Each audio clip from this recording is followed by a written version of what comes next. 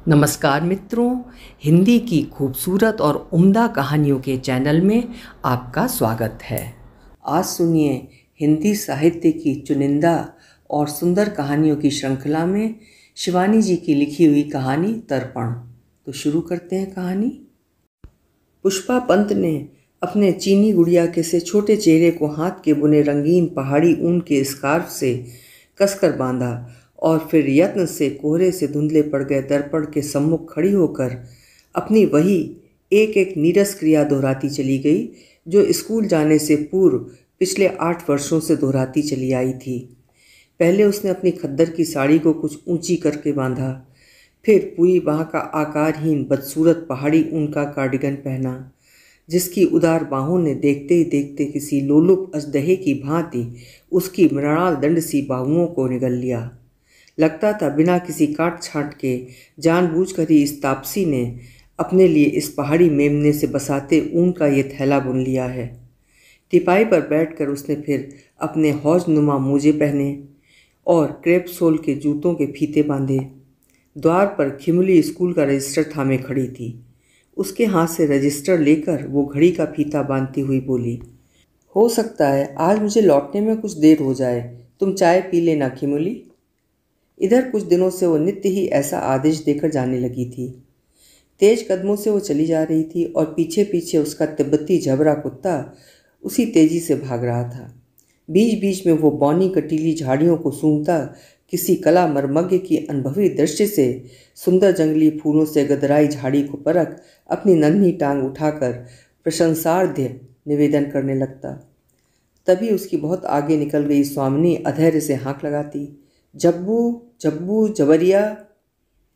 उसी मिश्री गुले कंठ स्वर का आदेश पा वो अपनी महत्वपूर्ण योजना अधूरी छोड़ बड़ी तेजी से दौड़ लगाता। भागने लगता तो दूर से देखने पर किसी को भी एक विलायती काले ऊन के गोल मटोल लुढ़कते गोले का धोखा हो सकता था। नॉटी नॉटी डॉगी, पुष्पा उसे बड़े लाड़ से हंसकर डांटती और फिर दोनों फौजी कदम साधते एक साथ चलने लगते। उस मानवी और पशु के कदमों के उस आश्चर्यजनक संतुलन में पिछले 10 वर्षों का नियमित अभ्यास रिस गया था। जौलजिकी के मेले से एक तिब्बती लामा से पुष्पा उसे 40 रुपये में खरीद कर लाई थी। कुत्ता क्या था, असली रेशम का चिकना गोला था।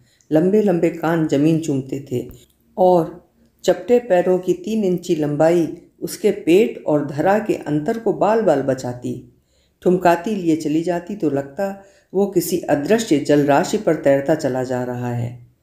वो हेडमास्टरनी पुष्पा पंत के साथ ही बैठकर अपनी तामचीनी की प्लेट में खाना खाता, उसी के साथ सोता और छाया की भांति उसके पीछे पीछे घूमता। पुष्पा पंत की सर्विस का ये 8वां वर्ष था और इन 8 वर्षों में वो केवल 2 बार पहाड़ का उतार उतरी थी। एक बार अपने इंटरव्यू के लिए इलाहाबाद गई थी और दूसरी बार गृह विज्ञान की परीक्षा देने मुरादाबाद। दोनों बार वो झबरे को अपने प्रतिवेशी परिवार को सौंप गई थी।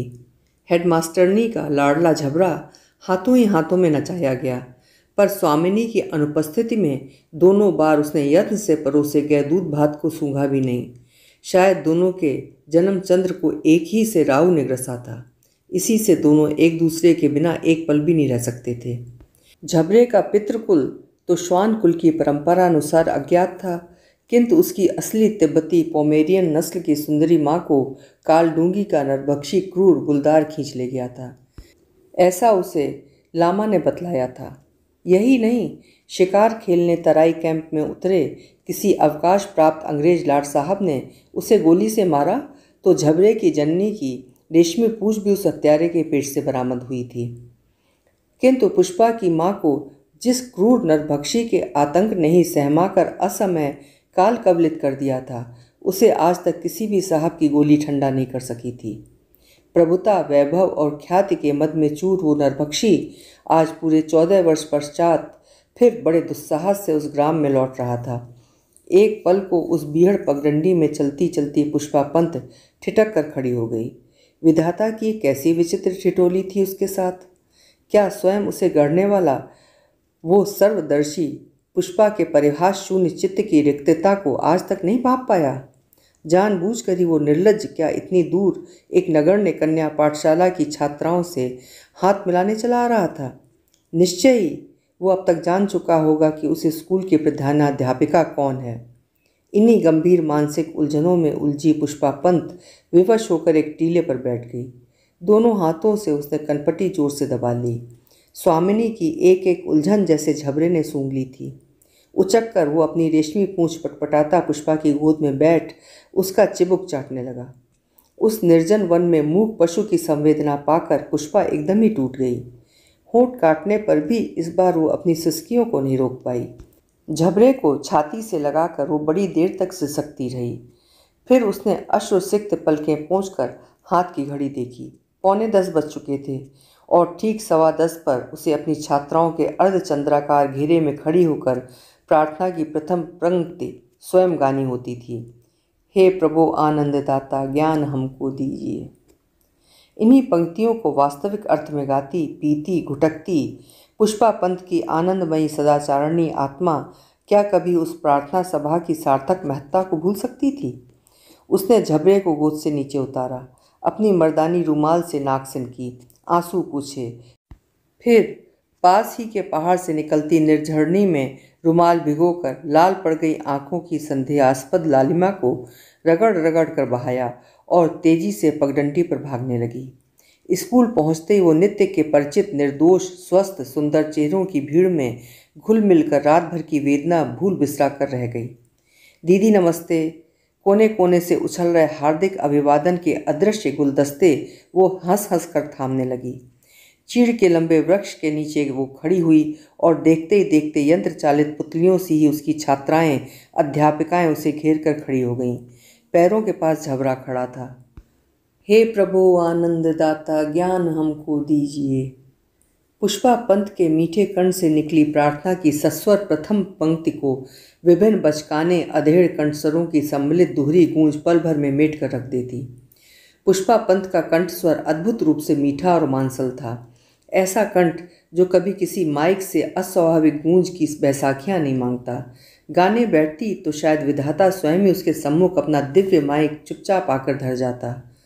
प्रार्थना समाप्त कर पुष्पा अपने कमरे में चली गई। चौकीदार आकर सामने का प्रशस्त द्वार सा वातायन खोल गया और ताजी पहाड़ी हवा के झोंके से उसके बदसूरत स्कार्फ में बंधी एक काली घुंघराली रेशमी लट किसी अनुशासन प्रिय कठोर पिता की उंगली छुड़ाकर भाग आए अबोध बालक की ही भांति उसके शुभ्र ललाट पर खेलने लगी। वो तेजी से चलने के कारण ही उस ठंड में भी पसीने से भीग गई थी। उसने स्कार्फ को यत्न से खोलकर ऐसे तहाया जैसे बहुमूल्य किमख्वाब का टुकड़ा हो। फिर कार्डिगन खोलकर उसने मेज पर धरा और फाइल लेकर बैठ गई। स्वच्छ हवादार कमरे की झकझक करती दीवारों पर मुक्ताक्षरों से सज्जित कागजी पट्टियों पर एक से एक अनमोल मोती बिखरे थे। ईश्वर का भय ही बुद्धि का आरंभ है, लज्जा ही नारी का आभूषण है, कन्याओं मित भाषा का आंजन आंजो, आदि आदि। अपनी छात्राओं को पहाड़ी निंगाल की कटकटी कलम से वो स्वयं हाथ धर धर कर लिखना सिखाती थी। इसी से उसके स्कूल की प्रत्येक छात्रा की उंगलियां कागजों पर मोती बिखेरती थीं। उन्हीं के मुक्ताक्षरों ने पिछली बार अपने बद्रीनाथ की यात्रा के दौरान आकस्मिक वेगवती वर्षा के कारण उस ग्राम के अतिथि बने राज्यपाल को भी मुग्ध कर दिया था। माननीय अतिथि के सम्मान में उस विलक्षण प्रधानाध्यापिका ने जिलाधीश के कुछ ही क्षणों के दिए गए आदेश का पालन कर सुंदर कार्यक्रम ही नहीं प्रस्तुत किया, एक मानपत्र भी भेंट किया था। जैसी लच्छेदार भाषा वैसे ही मेल खाते मोतिया अक्षर। महामहिम, ये हमारा परम सौभाग्य है जो आज हमारे इस दीनहीन ग्राम की धूल पर आप जैसे देवतुल्य परम पुरुष के चरणों की धूल पड़ी है, आदि आदि। स्वयं राज्यपाल ने उस मानपत्र की प्रशंसा की थी और चलते चलते स्कूल की छात्राओं की पुस्तकों के लिए 500 रुपये का चेक भी पुष्पा को थमा गए थे।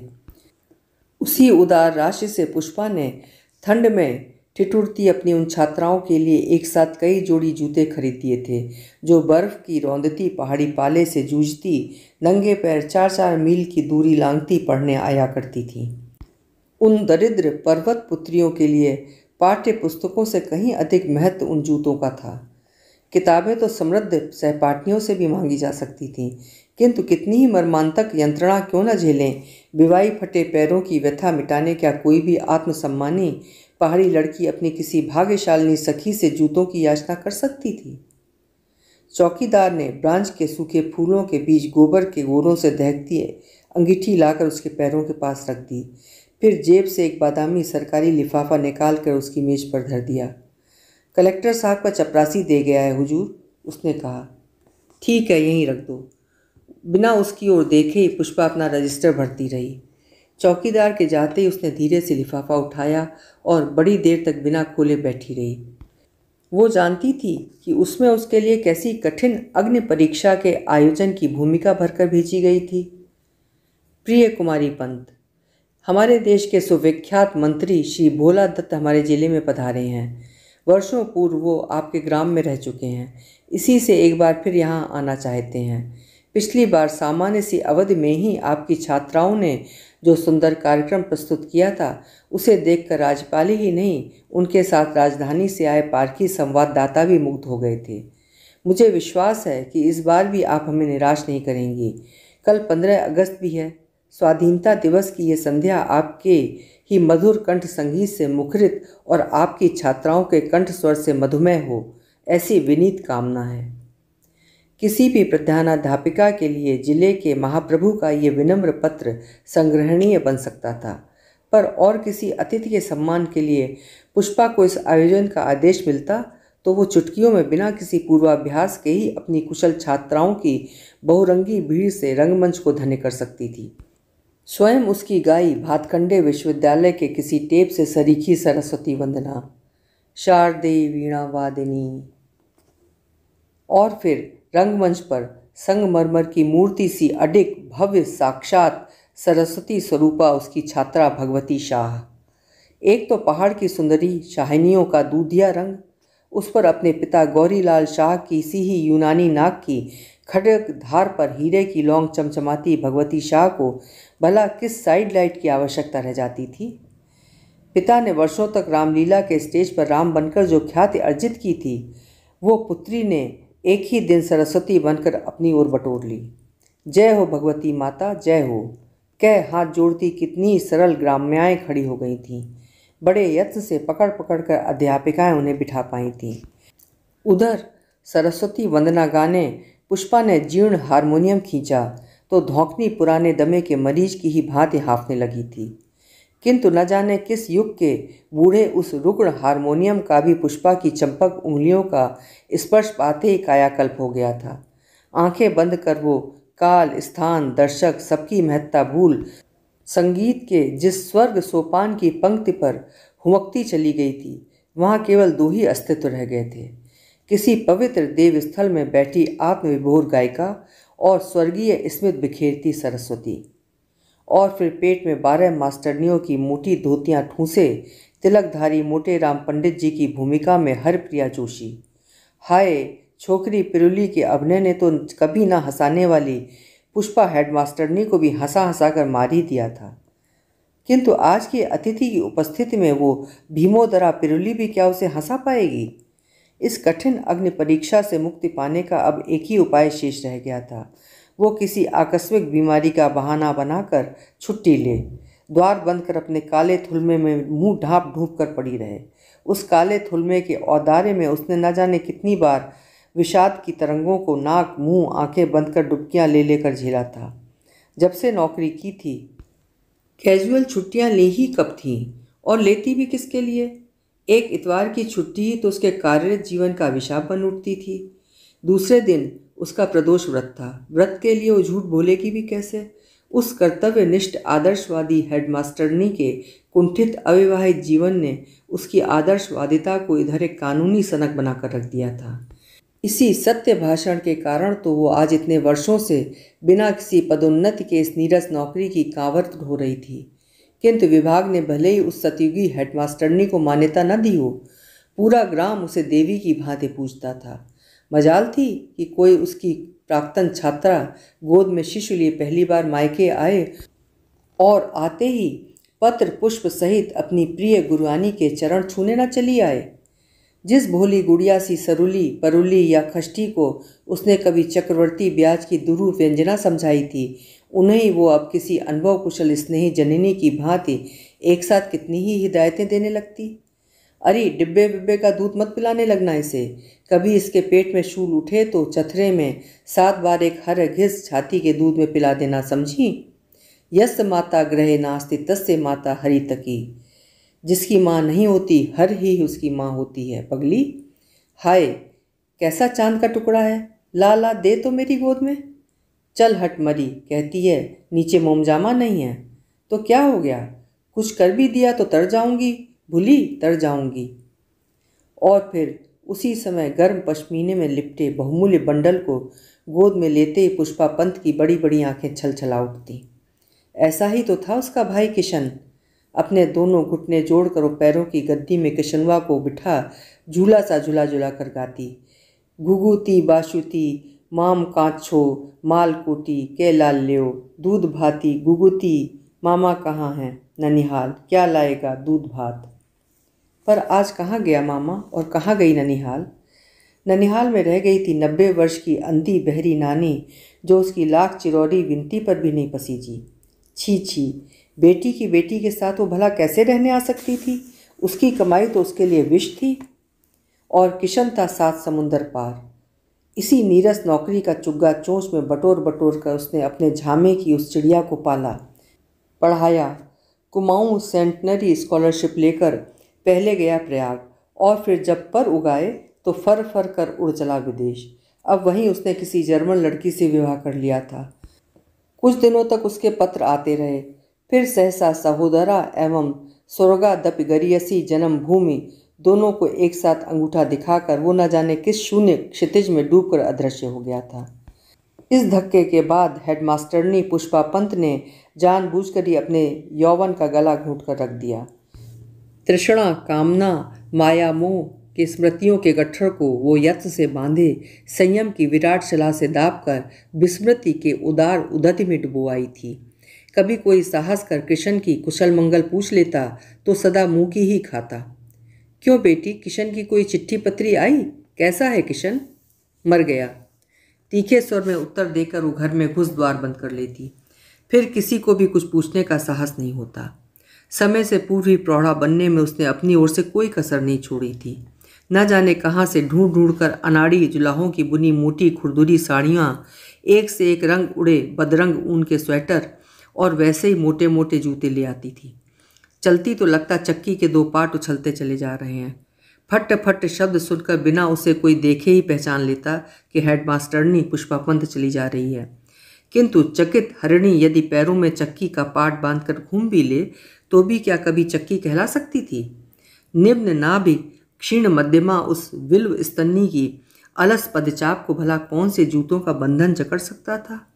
और फिर जब वो नहा धोकर पूजा करने बैठती तब पीठ पर बिखरे किंचित घुंघराले केश, जिन्होंने रीठे और आंवले के अतिरिक्त कभी किसी सुगंधित साबुन का स्पर्श भी नहीं किया था, अमावस के अंधकार की ही भांति देखने वाले को सहमा कर रख देते।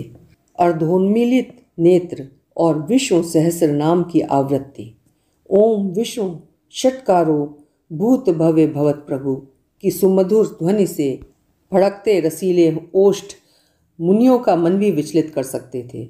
खिमली उसकी सुदीर्घ पूजा का सरंजाम जुटाती, बड़बड़ाती जाती। सब चीज़ें उम्र के साथ ही शोभा देती हैं पुसी लली।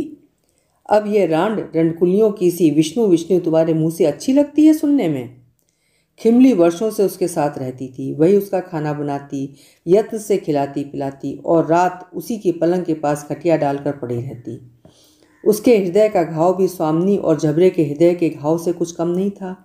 स्वयं उसका प्रतिभाशाली पुत्र सदानंद अपनी प्रतिभा के चेक भुनाता मध्य प्रदेश के किसी जिले में जिलाधीश के सिंहासन की शोभा बढ़ा रहा था।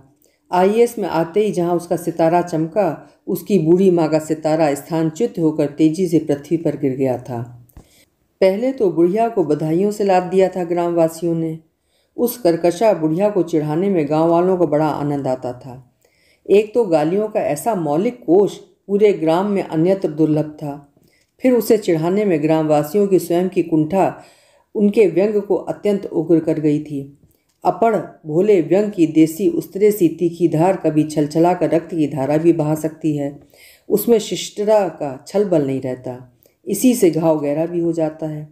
इसी दरिद्र ब्राह्मणी का पुत्र यदि कुंवारा होता तो वे कंधों पर बिठाकर इस रत्नगर्भा जननी का जुलूस निकाल देते, किंतु अपने प्रशिक्षण केंद्र में ही अपनी कुटिल बुद्धि से कौटिल्य को भी पराजित करने में समर्थ किसी कन्यादाय ग्रस्त अग्रवाल जनक के यत्न से बिछाए गए जाल में फंसकर रह गया था सदानंद पांडे। अपनी ही बैचमेट उनकी पुत्री कुमुदनी अग्रवाल से विवाह करने का समाचार उसने स्वयं तार द्वारा दिया था।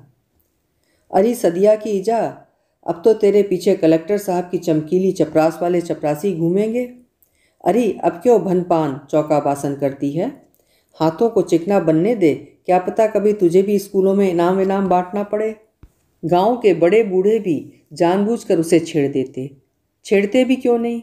उनकी व्यथा क्या बुढ़िया से कुछ कम थी। न जाने कितने ऊंचे ऊंचे गुलकोत्र के पंत पांडे जोशियों की पुत्रियां इस प्रतिभाशाली कुंवर की प्रतीक्षा में स्वयंवर माला लिए प्रतीक्षा रता खड़ी थीं, और देखते ही देखते छोकरा किसी बनिए का दामाद बनकर रह गया। क्यों सदिया की जा, बांटेगी ना इनाम। वे फिर बार बार जानबूझकर मरे सांप की आंखें पोंछने लगते। अरे हरामियों, इनाम बांटेगी तुम्हारी माँ बहनें, उन्हीं को न्योतना तुम अपनी अम्मा के बतारो। फिर बुढ़िया अपने दुबले उभरे हड्डियों की गांठों वाले हाथों को तेज फरसे सा घुमाने लगती। अरे उस हरामजादे ने शादी कर ली तो मेरा क्या दोष है। अरे अम्मा के खस्मों, जमाना ऐसा आ रहा है कि तुम्हारी बहू बेटियां भी डोम मुसल्लों के साथ भागेंगी। वो दिन भी दूर नहीं है खबीसों, जब प्राण रहने पर भी मुर्दे बन गए तुम्हारे बेटों की लाशों पर तुम्हारी घरवालियां पछाड़ खा खा कर रोएंगी। जब हेनरी साहब की बूढ़ी मेम की तरह तुम्हारे वही बेटे तुम्हें किसी अनाथाश्रम में पहुंचा आएंगे। ग्राम में ही बसे किसी हेनरी साहब की मृत्यु के पश्चात उसकी मेम को उसके चारों बेटे विलायत से लाकर अल्मोड़ा मिशन में पहुंचा आए थे। बुढ़िया को वो मेम साहब बहुत मानती थी, इसी से उन अकृतज्ञ चारों बेटों की अनुकृतज्ञता को बार बार दृष्टांत के रूप में दोहराती थी। किंतु कर्कशा होने पर भी खिमली के क्षत विक्षत चित्त का एक कोना वज्रादपि कठोर होने पर दूसरा कोना मृदु कुसुमादपि था। अपनी स्वामिनी की वो सेविका ही नहीं, सखी सचिव संरक्षिका भी थी। एक बार स्कूल के नाटक में भारत माता की आरती उतारती पुष्पा पंत का मधुर गीत सुनकर बुढ़िया से उसके सगे भतीजे ने कह दिया था, भगवान कसम जेठ जा, अगर तेरी वो पुसी लली किसी फिल्म कंपनी में चली जाए तो पूरा गांव खरीद सकती है। आहा कैसा गला है और कैसा रूप। बस फिर क्या था, खमिली ने आओ न देखा ताओ जलती लकड़ी ही चूल्हे से निकाल ली और कला मरमगे भतीजे की पीठ पर दनादन बरसा दी थी। कमीने, तेरी माँ को न भेज दूँ फिल्म कंपनी में। कल तक अपना आगा पीछा सब दिखाए इधर उधर घूमता था, आज मूछें क्या उगाई कि पुसी लली को फिल्म कंपनी में भेजेगा हरामजादा। अरे तू ही किसी रंडी पतुरिया के पीछे सरंगी थामे कुर्रम क्यों नहीं बन जाता। बेचारा सहम कर भाग गया था। वो तो चला गया, पर खिमली के मन में न जाने कैसी फांस सी दिन भर चुपती रही। इस छोकरे के तो दूध के दांत भी टूटे मुश्किल से 10 बरस हुए होंगे। जब इसी की आंखों में पाप आ गया, तब क्या गांव की बत्तीसी में जीप सी नन्ही पुसी लला का रहना ठीक था। रात पुष्पा खाने बैठी तो खिमली ने अपनी बेसुरी शहनाई छेड़ दी। तुम लाख सर पर छोपा, एक प्रकार के सफ़ेद कोरे लट्ठे का वस्त्र जो पिता या माता की मृत्यु हो जाने पर कुमायनी पुत्र को बांधना पड़ता है। बांधो पुसी लली, मैं कहती हूँ ये जून ज्योत्सना से चेहरे की चमक तुम कभी नहीं छिपा सकती। कहो तो मैं उस अभागे बदरिया से कहूँ, अब अपने उस 6 फुटे 34 बरस के बेटे का क्या आचार डालेगा बुढ़ा। मैंने एक बार कहा तो बोला, लड़कियाँ देख रहा हूँ सदिया की इजा, कोई मेरे बेटे के लायक मिले भी तो। अरे मैं कहती हूँ कि आंखें क्या पीठ में जड़ी हैं सरबुत्त के। ठीक तेरी नाक के नीचे से ही तो हमारी परी सी लड़की स्कूल जाती है। माना कि लड़का देखने सुनने में लाखों में एक है, पर यह भी क्या कि कोई लड़की उसके लायक है ही नहीं। आहा, ऐसी भी संतान देता है भगवान। अरे मैंने अपने कानों से सुना, उस दिन कान पर जनेऊ चढ़ाकर बाप से पूछ रहा था, बाबू जरा हो आऊं? और बाप वही अकड़ से कह रहा था, हाँ हाँ करा, पर देख जल्दी करना जरा। और एक हमारे हैं साले सदानंद, मुकुट बांधकर बहू ले आए, माँ जाए भाड़ में। अचानक अकृतज्ञ पुत्र की स्मृति गहर में डूबी बुढ़िया फिर पुसी लली के प्रस्तावित सगाई के प्रसंग को भूलकर रह जाती। पर उस दिन मुख का गुस्सा मुख में ही धरे पुष्पा पंत पल भर को काट बन गई थी। बुढ़िया क्या सचमुच मन की भाषा पढ़ सकती थी? इसी पीताम्बर को वो जिस दिन एक बार नहीं देख पाती, जल से बाहर पलटी गई मछली सी तड़पती रहती है। किंतु उस मौन प्रणय निवेदन को तो शायद स्वयं पीताम्बर भी नहीं देख पाया था। वो स्कूल जाती तो कभी दोनों एक साथ ही पगडंडी पर उतरते चले जाते, किंतु एकदम चुपचाप। कभी पीताम्बर पांडे लड़कियों सी लजीली चितवन से पार्श्व में चल रही सुंदरी लंबी हेडमास्टरनी को देख स्वयं लाल पड़ जाता, और कभी पुष्पा उस कद्दावर व्यक्ति की लंबी परछाई को देखकर ही पसीना पसीना हो जाती। कैसा एक सा मेल खाता था दोनों का। विवाह होता तो एक आदर्श जोड़ी बन सकती थी हम दोनों की। मन ही मन यही सोचता पीताम्बर सहसा स्वयं सहम जाता। दुर्वासा रूपी क्रोधी पिता का स्मरण करते ही पीताम्बर पांडे के काल्पनिक प्रणय की सद्य प्रस्फुटित कली सहसा मुरझाकर धरा पर पिघल जाती और तेजी से लंबे कदम रखता आगे बढ़ जाता। उन्हीं सूखी पंखुड़ियों को उठा उठाकर बीनती चली जाती थी पुष्पा पंत। फिर एक दिन पुष्पा के स्कूल के सुंदर सांस्कृतिक कार्यक्रम की प्रशंसा करने आया लजीला पीताम्बर 2 बार उसके तंबू से बने ग्रीन रूम की देहरी तक आकर लौट गया था। भाग्य से उसी दिन पगडंडी पर फिर दोनों की मुठभेड़ हो गई। तेजी से उतार उतरती पुष्पा एक प्रकार से उससे टकरा ही गई थी। बड़े ही संकोच से पीताम्बर ने रुक रुक कर कहा था, बड़ा सुंदर गाती हैं आप। हम तो अपने स्कूल में कभी ऐसा कार्यक्रम प्रस्तुति नहीं कर पाते। लड़कों के गले कितने ही सुरीले क्यों ना हों, मसे भीगी कि सातों स्वर उनके गले से एक साथ निकल पड़ते हैं। फिर अपनी रसिकता पर वो फिक्र से हंस भी पड़ा था। उधर पुष्पा पंत किसी भी सुदर्शन पुरुष के मुख से अपनी प्रशंसा पहली बार सुन रही थी। इसी से उसकी कर्णचुंबी लालिमा उसके खुरदुरे स्कार्फ की गांठ को स्वयं खोलती चली जा रही थी। दोनों कान ऐसे जलने लगे थे जैसे किसी ने दिया सलाई की तीली भक से जलाकर रख दी हो।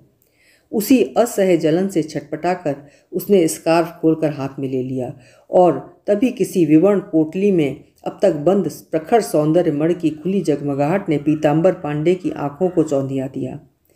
एकाएक उसे अपनी अल्पज्ञता काट खाने को दौड़ी। ये क्या? उसकी चाची, माँ या भाभी सी सामान्य नारी थी। उसे एक पल को लगा जैसे पुष्पा के सात्विकी चेहरे के मांस की पारदर्शी तहों के बीच किसी दिव्य आलोक से जगमगाते सहस्र जुगनू बंद हैं। इस नारी की सृष्टि विधाता ने पुरुष की उपभोग्या बनने के लिए नहीं, आराध्य बनने के लिए की है। उस दिन एक ही ग्राम आकाश के नीचे दोनों रात भर बेचैन करवटें बदलते रहे थे। पंचशर ने समान रूप से दोनों को बींधा था। पीताम्बर बार बार सोच रहा था, हाय क्या कर दिया मैंने, निश्चय ही वो रुष्ट हो गई है। उधर पुष्पा अपने तृप्त कपोलों को छूती इधर उधर पार्श्व परिवर्तन कर रही थी। हाय कैसा रूखा व्यवहार किया मैंने, बेचारों को धन्यवाद भी तो नहीं दे पाई। किंतु पुरुष मात्र की उपस्थिति उसे सदा ऐसे ही पत्थर बनाकर रख देती थी। फिर भी पुरुषों को देखते ही आज तक जैसे उसका सर्वांग सिहर रोंगटे खड़े हो जाते थे, ऐसा पीताम्बर के साथ साथ चलने पर भी क्यों नहीं हुआ। पीताम्बर की सरल हंसी अपने ऊंचे कद के लिए स्वयं ही कुछ लज्जित सी मंथर पदचाप और बड़े यत्न से नाप जोक कर कदम रखने की क्षमता से वो व्यक्ति उसे पहली दृष्टि में अन्य पुरुषों से भिन्न लगा था। यदि वो भूल से भी अपना सामान्य कौतूहल खिमुली के सम्मुख व्यक्त करती तो वो चुटकियों में दोनों के फेरे फिरवा सकती थी, क्योंकि उसी के कथनानुसार पीताम्बर जनक के धन लोलुप हृदय को पुष्पा की नौकरी और फंड की महिमा पल भर में चुंबक सा खींच सकती थी। किंतु एक दीर्घ श्वास के साथ ही उसकी मधुर कल्पना फर्ज से उड़कर विलीन हो जाती थी। बढ़ती वयस के साथ साथ स्मृतियों का बोझ उसके क्रमशः दुर्बल पड़ रहे मेरुदंड को झुकाता जा रहा था। दिन भर तो वो काम में डूबी रहती, किंतु नागिन सी काली रात अंतरिक्ष चरा डाकिनी शाकिनियों के साथ उसे डस डस कर नीली कर जाती। रात भर वही सर्पदंश उसे घुला घुला कर मार रहा था। पुसी की ईजा, अब इस कन्या का कन्यादान कैसे करूँगा मैं, कैसे लूँगा संकल्प। पिता का अवरुद्ध कंठस्वर उसके कानों में रात भर बजता रहता। इसी काठ के 2 मंजिले मकान में उसका जन्म हुआ था। पिता योगेश्वर पंत थे ग्राम के एकमात्र यजमानी पंडित।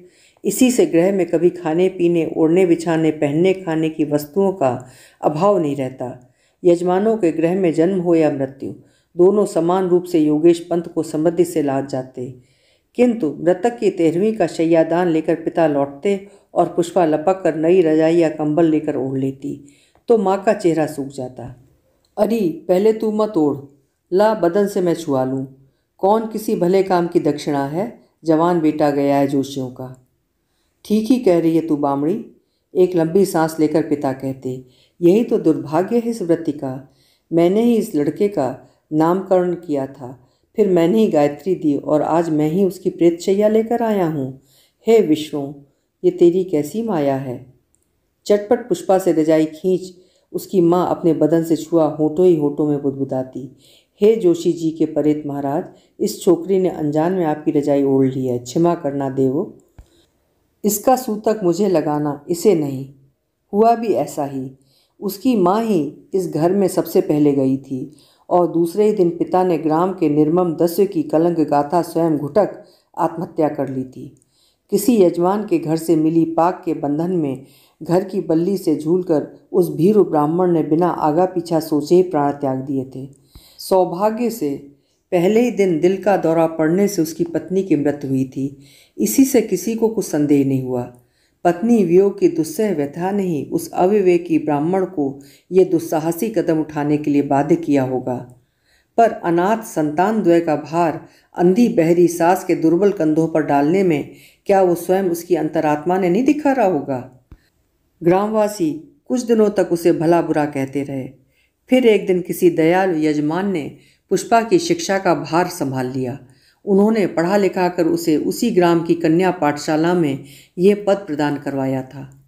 जिस जलजले ने पुष्पा पंत के सुखी शैशव के दर्शनीय उत्तुंग सौध को भूमिसात किया था, आज इतने वर्षों पश्चात वही फिर एक बार उसके यत्न से बनाए गए नन्हे नए घरौंदे की नींवें हिलाने लगा था। ठीक ऐसी ही संध्या थी वो। पिता नवरात्रि का कलश स्थापन कर न जाने कितने ग्रहों से मिली मिठाई, फल और वस्त्रों से बंधी गठरी लेकर घर लौटे थे।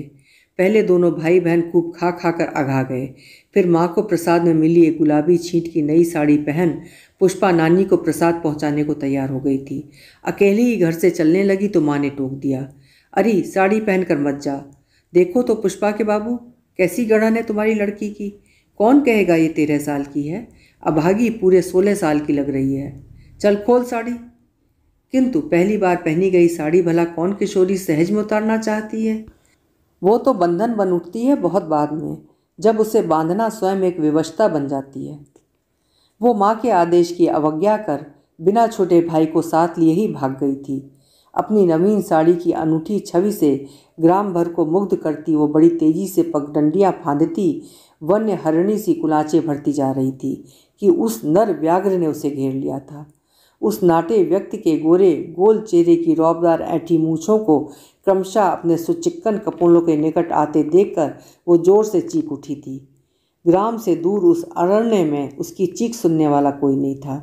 इसी से उस भयावह दुस्वप्न की कालिमा के काले कंबल ने उसे दबोच कर देवदार के उसी ऊंचे वृक्ष के नीचे डाल दिया था। उसके न लौटने से न उसकी माँ चिंतित हुई थी न पिता, क्योंकि जब भी वो नानी के पास जाती वो उसे रात अपने पास सुलाने को रोक लेती थी। किंतु भाग्य से योगेश पंत उस दिन चंडी पाठ करने उसी मार्ग से देवालय जा रहे थे। उन्हीं की ठोकर से मूर्छिता पुत्री की चेतना लौटी और वो पिता के चरणों से ही लिपट कर जोर जोर से रोती फिर मूर्छित हो गई थी। मूर्छिता पुत्री को गोद में उठाकर योगेश पंत घर पहुँचे तो ब्राह्मणी पुत्री की अवस्था देख छाती थाम कर बैठ गई थी। क्षण भर को चैतन्य हुई पुष्पा का प्रलाप माता पिता को उसके दुर्भाग्य से अवगत करा गया था। पुष्पा की ईजा, अब इस कन्या का कन्यादान कैसे करूँगा मैं, कैसे लूँगा संकल्प। पिता का अवरुद्ध कंठस्वर 13 वर्ष की भोली पुष्पा को भी घटना की भयावह परिस्थिति समझा गया था। किसी से कुछ मत कहना पुसी के बाबू, मैं जानती हूँ तुम कभी झूठ नहीं बोलते। हम कह देंगे पहाड़ से गिर गई थी छोकरी।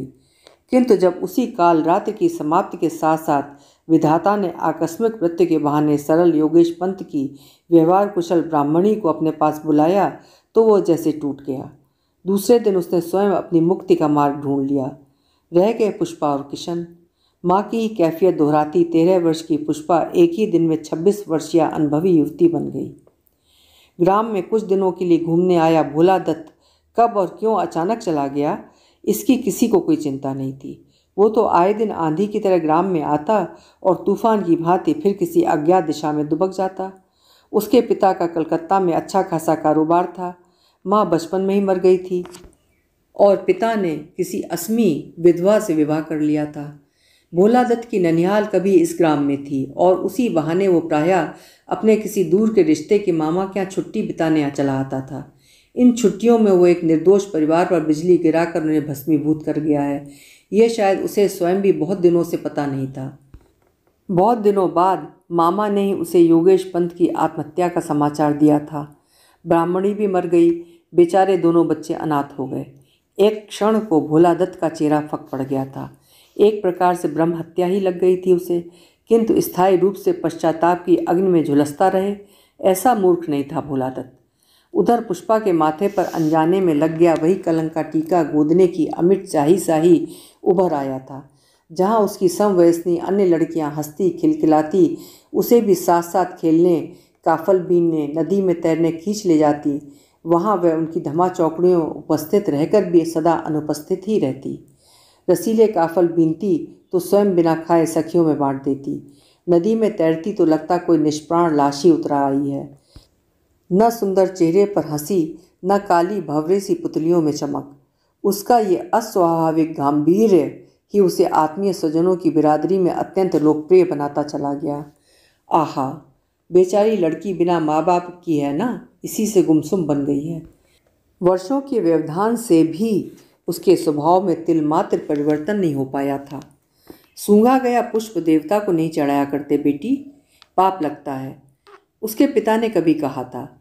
उसकी दृष्टि में तो पीताम्बर पांडे देवता से कुछ कम नहीं था, चाहे स्वयं वही देवता इधर हंस हंस कर मस्तक झुकाए। उस पुष्पा को ग्रहण करने की स्वेच्छा से ही उसकी ओर बढ़ता चला आ रहा था। इधर ही पीताम्बर की गतिविधि का परिवर्तन उसकी सूक्ष्म दृष्टि से बचा नहीं था। नित्य का झुका मस्तक वर्षा ऋतु में सहसा ऊपर उठाए सर्पगंधा के फन सा ही उठकर तनने लगा था। आवश्यकता से कुछ अधिक गांठें बंधी उसकी शिखा में भी इधर आमूल परिवर्तन कर दिया गया था। गांठें खोल खाल बद शिखा के अस्तित्व को यत्न से सुलझा अपने घने काले बालों में मिलाकर वो टेढ़ी मांग निकालने लगा था। कमीज के कॉलर, पैंट की क्रमशः तंग होती जा रही मोहरी और बंद गले के कोट में रुचि और नवीनता की तुरपन झांकने लगी थी। घर से निकलते समय पिता के भय से सिर पर धरी टोपी पगडंडी पर उतरते ही किसी रिफ्लेक्स एक्शन की तत्परता से स्वयं जेब में चली जाती। एक दिन तो उसने खूंटी पर ही टांग कर छोड़ दी। पिता ने देखा और 34 वर्ष के बेटे को चीर कर धर दिया था। अच्छा, अब तुझे भी टोपी बुरी लगने लगी है, क्यों? जहाँ पहाड़ी लड़के ने सिर की टोपी उतारी तो समझो उसे पर लग गए हैं। बाप की बात याद रख ले छोकरे, सिर की टोपी उतार कर खूंटी पर टांग तो समझ ले अपने संस्कार भी वही टांग दिए हैं। किंतु जन शून्य पगडंडी में तो बूढ़ा बाप नहीं रहता। वहीं एक लाल बुरुंश फूलों का बड़ा सा गुलदस्ता थमा दिया था उसने हेडमास्टर ने पुष्पा पंत को। मुँह से बिना कुछ कहे कृतज्ञ विनम्र दृष्टि के धन्यवाद से ही प्रेमी को कृतकृत्य कर वो स्कूल पहुंची तो उसके कपोल भी हाथ के रक्तिम पुष्प गुच्छे से दहक रहे थे। यत्न से त्रिधातु के बने तिब्बती कलश में गुलदस्ता सजाकर उसने एक साथ 3 पीरियड की छुट्टी कर दी थी और आंखें बंद कर कलश को सूंघती रही थी। जीवन की जिस शुष्क मरुभूमि में अपनी छात्राओं के ऊंट के काफिले की रस्सियां थामे वो अब तक अपनी कोमल एड़ियां तप्त बालू पर घसीटती चली जा रही थी, वही अब उसके इस नवीन प्रसंग के ओएसिस का अस्तित्व उसकी क्लांति पदचाप में नवीन शक्ति चालित करने लगा था। तिब्बती लबादे शाही आकारहीन कार्डिगन खिमली को दान कर वो अपने लिए विलायती ऊन का चुस्त बाहों का नया कार्डिगन बुनने लगी थी। यही नहीं, स्कार्फ उतार कर वो इधर एक बेहद प्यारा काला पश्मीना भी लपेटने लगी थी, जो उसके बदसूरत रजिस्टर सहित उसकी खुरदुरी खद्दर की साड़ी को यत्नपूर्वक ढांपता, केवल उसकी रत्नारी एड़ियों की झलक दिखाता, किसी रहस्यमय रंगमंच के से रेशमी काले पर्दे की भांति तनिक उठता गिरता देखने वालों की दृष्टि साथ साथ उठाता गिराता चलने लगा था। पीताम्बर को तो अपनी प्रेमिका इस नवीन परिधान में लिपटी नैनीताल के भक्तिन स्कूल की आयरिश नन सी ही लगती थी। इधर उसके ऊंची ऊंची आदमकद तरंगे ले रहे नवीन प्रेम के ज्वार भाटे ने उसका साहस स्वयं ही बढ़ा दिया था। अब वो घड़ी देखकर अपने प्रियतमा की प्रतीक्षा में देवदार के एक विशिष्ट वृक्ष के नीचे दुस्साहस से खड़ा रहता। वो आती तो दोनों साथ साथ चलने लगते। किंतु उस विचित्र प्रेम का कैसा विचित्र आदान प्रदान था। न प्रेमी बोलता न प्रेमिका, फिर भी दोनों की बिना कुछ कहे सब कुछ कह जाने वाली चुप्पी, कनखियों की मौन भाषा, उठी प्रत्यंचा से भावों के मूक प्रश्न, और उसी प्रेम के क्षेत्र में जैसे इन युगल प्रेमियों के अपने निजी मौलिक प्रयोग थे। कभी प्रियतमा के मार्ग में अचानक आ टपका हिसालू का कांटा हाथ में उठाकर पीताम्बर धीमे स्वर में गुमानी कविता की कविता से गंभीर प्रेमिका को अकारण ही गुदगुदा देता। अरे हिसालू तू छे बड़ी रिसालू, जा जा जा छे उधेड़ी खां छे। अरे हिसालू तू बड़ा क्रोधी है, जहाँ जाता हूँ वहीं उधेड़ खाता है। सचमुच ही फिक्र से हंस देती पुष्पापंत, और उसी हंसी के मूलधन को सूम के संसा सेतता पीताम्बर स्कूल पहुंचता। कक्षा में पहुंचते ही उसे गणित का पीरियड लेना होता था। गत 12 वर्षों से जिस शुष्क प्रश्नावली ने उसके अंतर की प्रश्नावली को भी सोख कर शुष्क कर दिया था, वही उसे फिर बींधने लगती। अब ये नीरस प्रश्न उसे काट खाने को दौड़ते। जी में आता कब छुट्टी का घंटा बजे और कब वो जानबूझकर मंथर गति से चल रही अपनी बुद्धिमती प्रेमिका के कदमों से कदम मिलाता चलने लगे। पुष्पा ने अब कनखियों ही ननकनखियों में अपने विलक्षण प्रेमी के एक एक गुण कंठस्थ कर लिए थे। सौजन्य की प्रतिमूर्ति उस सौम्य दर्शन व्यक्ति के स्निग्धायत नेत्र एक अपार्थिव तेज से दीप्त रहते। कैशोर्य में मिले जिस असह्य रूप से उद्वत दुष्चरित्र निशाचर दैत्य को देखकर उसने समग्र पुरुष जाति से लोहा लेने का संकल्प किया था, वो इस अभिजात उदारचेता मार्जित रुचि के सुपुरुष को देखते ही स्वयं चूर चूर हो गया। अभी भी दोनों साथ साथ जाते, साथ साथ लौटते। कभी कभी आमने सामने लगी पहाड़ी चट्टानों पर क्षण भर बैठकर सुस्ताते। झबरा दाल भात में मूसर चंद बना आनंद की गुलाटे खाता अकारण ही मिट्टी खोदने लगता, और सद्य खोदे गए गड्ढे में बैठकर कभी स्वामिनी को देखता, कभी अधूरे स्वामी को। एक दिन पीताम्बर ने बड़े साहस से पूछ दिया, कल मुझे साइंस का प्रैक्टिकल लेने बरेली जाना है, कुछ मंगाना तो नहीं है आपको? एक पल को चौंक कर पुष्पा ठिठक गई थी। हाँ, मंगवाना तो था उसे। कहीं यदि विष्णु सहस्रनाम मिल जाए तो ला देंगे क्या? अपने बाबूजी की पुरानी पुस्तक से मैं पाठ करती हूँ, पर अब एकदम ही फट गई है। क्यों नहीं, क्यों नहीं?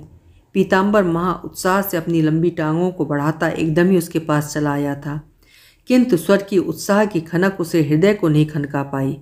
हाय, मंगवाया भी क्या? विष्णु सहस्रनाम!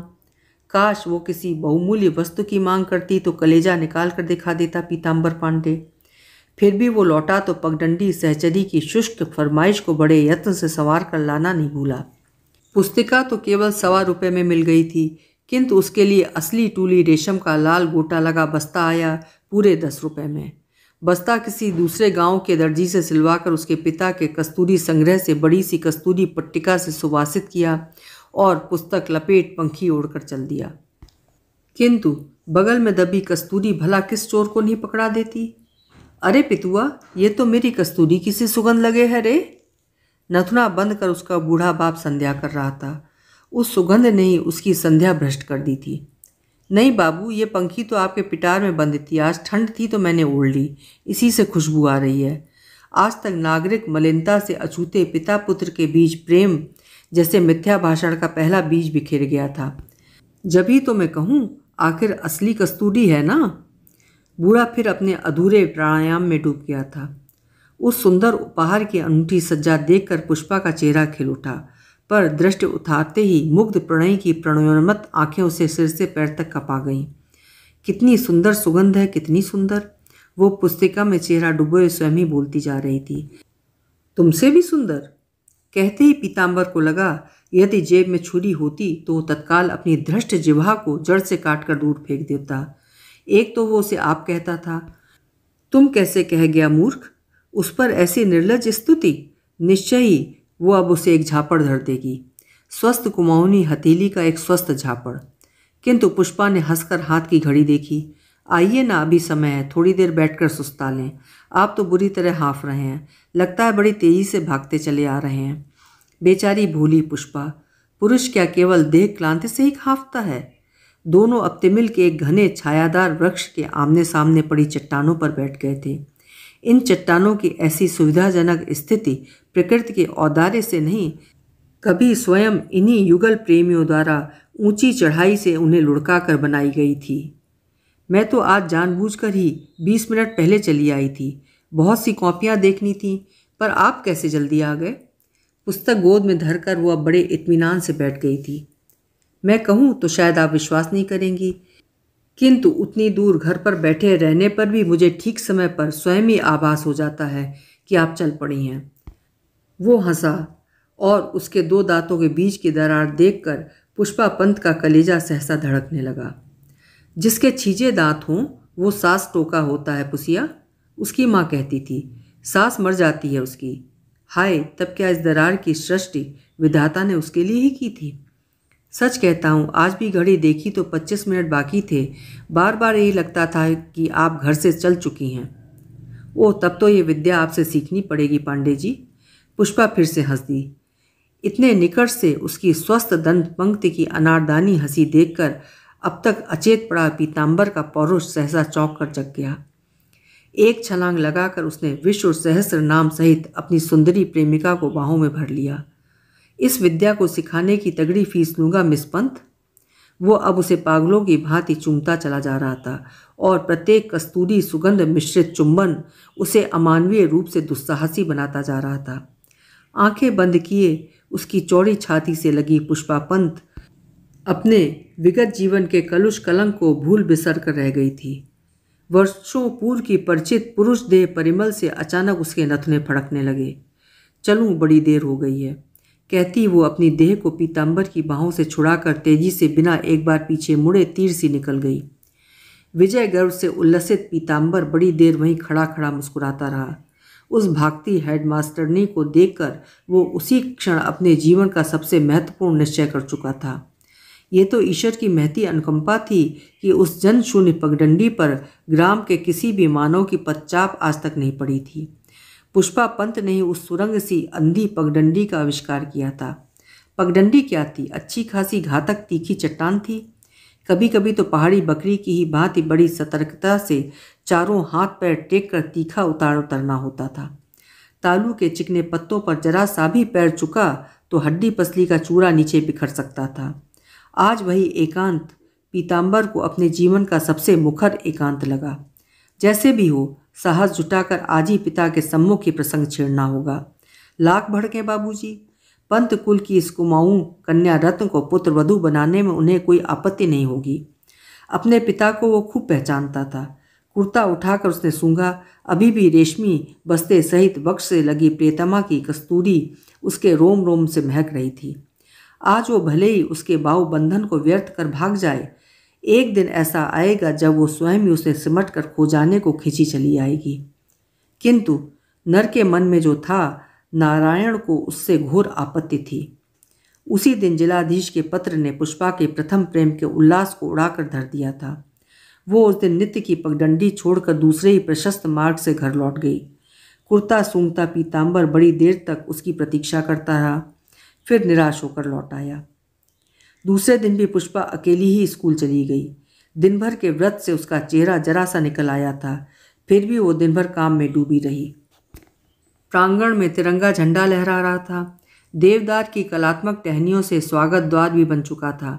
पहाड़ी नींबू, गनेली, बेल और स्वास्तिक से पूरा गया कुमाऊं की अल्पना का अपूर्व चौक झकझक कर रहा था और सम्मानित अतिथियों के लिए अल्मोड़ा से विशेष रूप से मंगवाई गई बाल सिंगोड़ियाँ कलई के थाल में सजाकर क्रोशिया से बने झालरदार मेजपोश से ढककर रख दी गई थीं।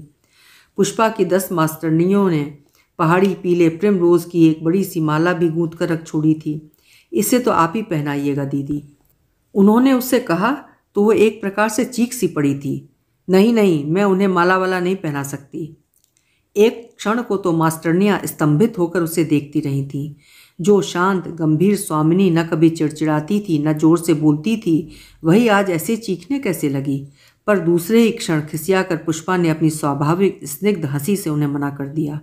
क्षमा करना बहनों, मैं कल रात भर सो नहीं पाई, इसी से आज दिमाग बार बार गर्म होता जा रहा है।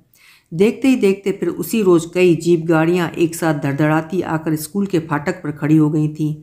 जिलाधीश के साथ चल रहे व्यक्ति की गंध मादन पर्वत सी देखकर भी अनदेखी कर पुष्पा चटपट औपचारिक स्वागत निपटा रंगमंच के पीछे छिप गई थी। किंतु छिपने से पूर्व उसने कटार सी तीखी सफ़ेद टोपी की झलक देख ली थी। स्कूल की एक नन्ही छात्रा उसे माला पहनाने आई तो वो नतजान होकर माला पहनने हाथ जोड़कर झुककर मुस्कुराया। पुष्पा का सर्वांग घृणा से सिहर उठा था। उन रोएदार पंजों को, उन तीखी मूछों को, खरगोश के से दांतों की उस विभत्स हंसी को वो क्या प्राण रहते कभी भूल सकती थी? चेहरे की चमड़ी उधेड़ कर भी वो व्यक्ति यदि उसके सम्मुख खड़ा होता तो भी वो उसे पहचान सकती थी। कार्यक्रम आरंभ किए जाने की घोषणा हो चुकी थी। पर्दा धीरे धीरे उठ रहा था। वो गाने लगी तो उसकी आंखें स्वयं छलछला उठी। उत्तेजना, शोभ और विविशता का अंगराग चेहरे को तमतमाकर लाल बना गया था। शायद उसी ताम्र तेज ने दर्शकों की सैकड़ों जोड़ा आंखों को एक साथ बांध लिया। वो गा रही थी, शारदे वीणा वादिनी। निर्दोष कंठस्वर की मिठास उस अकलंग चेहरे की मिठास से ताल बिठाती गूंजती जा रही थी। तालियों की गगनभेदी गड़गड़ाहट से चौंक कर वो चेतना के सोपान पर पग धरती उतर गई।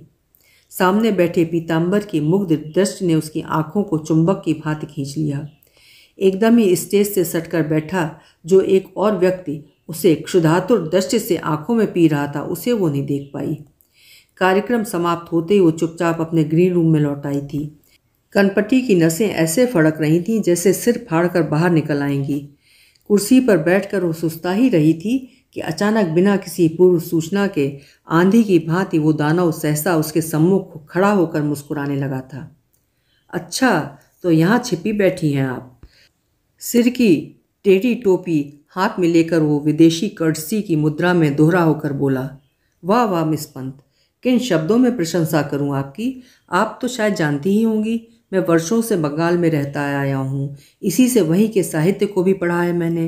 रविंद्रनाथ की कविता है मिस पंत, आज आपको देखकर वही होंठों पर फिसली चली जा रही है। पुष्पा पत्थर बनी कुर्सी पर ही बैठी रह गई। घटना की आकस्मिकता उसे सहसा अवश कर गई थी। चाहती भी तो शायद एक झटके के साथ उठकर भाग नहीं पाती। उसकी इसी चुप्पी का अर्थ निकाल कुत्सित हंसी के साथ भोला दत्त और निकट खिसक कविता की व्याख्या करने लगा। बहुत दिनों तक मैं बहुत कोसों तक घूमा, बहुत धन व्यय कर मैंने अनेक देश विदेश देखे, अनेक पर्वतमालाएं देखीं और देखे अनेक समुद्र, किंतु हाय, आंखें बंद कर कभी अपने घर से ही 2 कदम पर झूम रही एक धान की बाली पर चमकते ओस बिंदु के सौंदर्य को मैं नहीं देख पाया। पर जो कहें मिस पंत, मुझे गर्व है कि इस शिशिर बिंदु के सौंदर्य को मैंने ही सबसे पहले परखा था। क्यों, क्या कहती हैं?